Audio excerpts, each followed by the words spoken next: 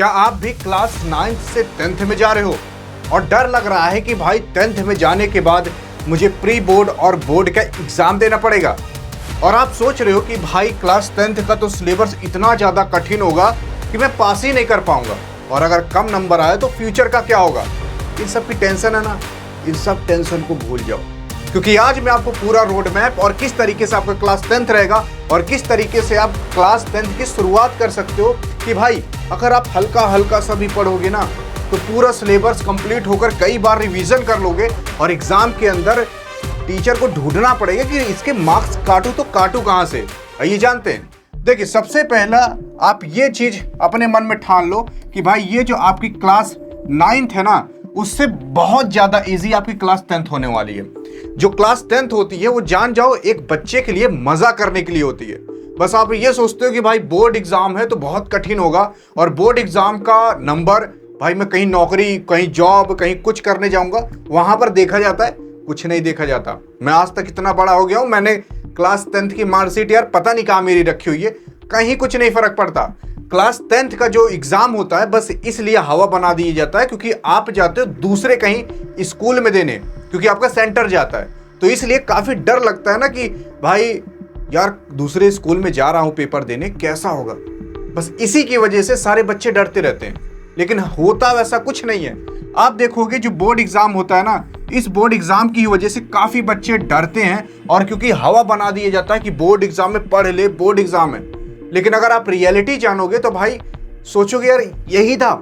असल में जो क्लास 9th होता है ना, उससे 1000 गुना इजी आपको क्लास 10th होता है। बस वही जो क्लास 9th के पोर्शन होते हैं उसी को ही हल्का सा और डिटेल में क्लास 10th में रखा जाता है। और क्लास 10th के जो सिलेबस होते हैं, जो चैप्टर्स होते हैं, उनको पढ़ने में मजा आता है। जैसे आप हार्मोन्स के बारे में पढ़ोगे, आप दिल के बारे में पढ़ोगे, कैसे खाना पचता है, इन सब के बारे में पढ़ोगे तो मजा नहीं आएगी यार कि ऐसे खाना जा रहा है, ये सब हो रहा है। इन सब कुछ जानने में काफी ज्यादा एक्साइटमेंट और काफी ज्यादा मजा आती है।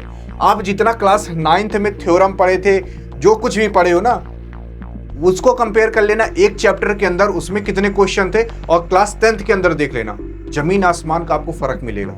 अगर आप क्लास 9th अच्छे से किए हो तो क्लास 10th ना खाली रिवीजन करके आप हल्का फुल्का पढ़ के भी निकाल सकते हो। यहाँ पर सबसे मेन चीज है कि भाई आप बस एक काम कर लेना, जब भी पढ़ाई करना उसका एक नोट्स बना लेना। नोट्स का मतलब है कि यार जो पढ़े हो ना, बस उसका जो मेन पॉइंट है, जो मेन हेडिंग है, उसको बस लिख कर रख लेना।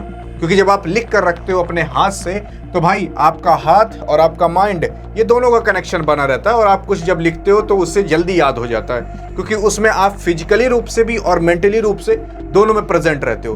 तो अगर आप अपना नोट्स बना कर रखते हो, इससे क्या होगा कि जब पेपर आएगा ना, तो आप पेपर के दौरान पर आपको पूरा नहीं पढ़ना पड़ेगा, केवल आप थोड़ा ही बहुत पढ़ोगे। जो नोट्स बना कर रखे हो, जो छांट के लिख के रखे हो, मेन हेडिंग, मेन पॉइंट्स, उसको पढ़ लोगे, आपका काम हो गया। उसके बाद आता है भाई जो क्लास 9th और क्लास 10th का सिलेबस होता है, उसको मैंने पहले बता दिया कि जमीन आसमान का फर्क होता है। क्योंकि क्लास 9th में जब आप जाते हो 8 से 9 में ना, तो सारी चीजें एक ही बैग से चेंज सी हो जाती हैं। आप क्लास 8 तक बच्चों वाली चीज पढ़ते रहते हो, लेकिन क्लास 9 से आते जाते भाई ऐसे थ्योरम, कहते हैं ना कि भाई न्यूमेरिकल्स आ जाते हैं, ये सारी चीजें होती हैं। साइंस में भी मैथ आ जाती है, ये सब क्लास 9 से ही आता है। तो इसलिए क्लास 9th काफी हार्ड मानी जाती है, क्योंकि एक स्टूडेंट के लिए एक नई चीज रहती है। लेकिन क्लास 10th में ऐसा कुछ नहीं रहता, यही क्लास 9th की ही चीजें क्लास 10th के अंदर रहती हैं, और बस उसी को डिटेल में एक्सप्लेन किया जाता है। उसके बाद आता है भाई जो प्री बोर्ड और बोर्ड एग्जाम का चक्कर रहता है। देखो, प्री बोर्ड जो होता है ना, वो काफी कठिन होता है, ये चीज मान जाओ, क्योंकि जब आपका बोर्ड एग्जाम आएगा तो उसके पहले काफी सारे पेपर कराए जाते हैं, और ये जो स्कूल वाले पेपर होते हैं ये काफी ज्यादा हार्ड होते हैं। इसलिए हार्ड होते हैं क्योंकि टीचर चाहता है ये कि यार जो एक स्कूल का बच्चा है उसको लगे कि पेपर बहुत कठिन आता है, ताकि अगर आप मान लो बहुत इजी पेपर बना दिया जाए और आप उसमें अच्छा मार्क्स स्कोर कर ले जाओ, तो आपको ये लगेगा कि ना बोर्ड का एग्जाम काफी ज्यादा इजी आएगा। तो आप उसी चक्कर में पढ़ोगे नहीं, क्योंकि आपको लगता रहेगा कि मुझे तो सब कुछ आ रहा है। इसीलिए जो स्कूल वाले रहते हैं वो प्री बोर्ड के अंदर काफी हार्ड चेकिंग और काफी हार्ड पेपर बनाते हैं, लेकिन उससे 100 गुना इजी आपका बोर्ड एग्जाम आता है। ये बोर्ड एग्जाम इतना इजी आता है कि अगर कोई आदमी यार मतलब 10 दिन भी पढ़ ले, थोड़ा बहुत अच्छे, मतलब 2-4 घंटे लगाकर एक सब्जेक्ट को 10 दिन में पढ़ ले, लास्ट के एग्जाम के दौरान, तब भी वो अच्छा मार्क्स स्कोर कर सकता है। इतना इजी पेपर आता है। आप खुद सोचो, अगर इसी 10 दिन को आप टुकड़ों में बांट दो तो दिन का कितना होगा? 365 दिन। मान लो आपके पास 320 दिन रहते हैं, 300 दिन रहते हैं, उसमें कुछ कहीं आप घूमने जाते हो, मान लो 200 दिन रहते हैं, तो 200 दिन में अगर आप उस 10 दिन को डिवाइड कर दोगे तो एक एक घंटा भी ढंग से नहीं पड़ेगा। 1 से 2 घंटा भी अगर आप किताब उठाकर देख लेते हो पूरे दिन भर में 24 घंटे में से, तब भी आप बोर्ड एग्जाम में अच्छा मार्क्स स्कोर कर सकते हो। और ऐसा मार्क्स स्कोर कर सकते हो कि भाई जो बगल वाले पड़ोसी है ना, खाली देख के जड़ते रहेंगे और कुछ नहीं कर पाएंगे।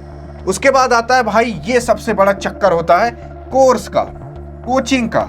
आप देख रहे होगे अभी भी यूट्यूब पे काफी ऐसे सारे लोग हैं जो कहते थे कि बच्चे आप लोग मेरी जान हो, आपके लिए हम सब कुछ कर रहे हैं, लेकिन अंत में लाकर आपको कोर्स ठोक देंगे कि बच्चों ये लो 299 का, 2099 का कोर्स ले लो, इसमें आपको सब कुछ मिल जाएगा। और सब कुछ के एक साथ क्या, आपको नोट्स, आपको पीडीएफ फाइल, आपको हर चीज, जो भी चीज पेपर में आने वाला सब कुछ आपको वहां पर मिल जाती है। आप खुद बताओ, क्या वो टीचर आपको फ्री में नहीं पढ़ा सकता? क्या वो जो पढ़ाएगा वो यूट्यूब पे नहीं डाला होगा? क्या एक सिस्टमेटिक वे से वो यूट्यूब पे नहीं पढ़ा सकता? उनसे पूछोगे तो ये बहाना देंगे कि यार अगर बच्चों को हम पैसे देकर पढ़ा रहे हैं तो उनका मन लगेगा। यार जिसको पढ़ना रहता है ना एग्जाम के टाइम में, वो ऐसे ही पढ़ लेता है। ये बात सत्य है कि अगर आप थोड़ा पैसा दे के पढ़ोगे तो आपको थोड़ा मतलब उसमें आप इन्वॉल्व रहते हो क्योंकि आप पैसे दिए हो, लेकिन वो बंदा फ्री में भी पढ़ा सकता है। तो ये कोर्सेज के चक्कर में मत पढ़ना, क्योंकि उस कोर्सेज से भी बड़ी ज्यादा वैल्यू आपको एक एक वीडियो में मैं देने वाला हूँ। क्योंकि डियर गुरु यहाँ पर खड़ा है, जब तक आप बोर्ड एग्जाम तक नहीं जाओगे ना और बोर्ड एग्जाम में अच्छा मार्क्स स्कोर नहीं करोगे, तब तक आपके साथ खड़ा रहूंगा और इस तरीके से खड़ा रहूंगा, 1 रुपया भी आपका खर्च नहीं होने दूंगा। ये था पूरा रोड मैप। डरना मत, बोर्ड का एग्जाम आएगा कि नहीं आएगा, क्योंकि सारे चीज पेपर से पहले आपके हाथ में परोस कर दे दूंगा। और इस तरीके से दे दूंगा ना, बस आपको जाकर उसको पेपर में उतार के आ जाना पड़ेगा। बाकी मिलते हैं नेक्स्ट वीडियो में। जय हिंद।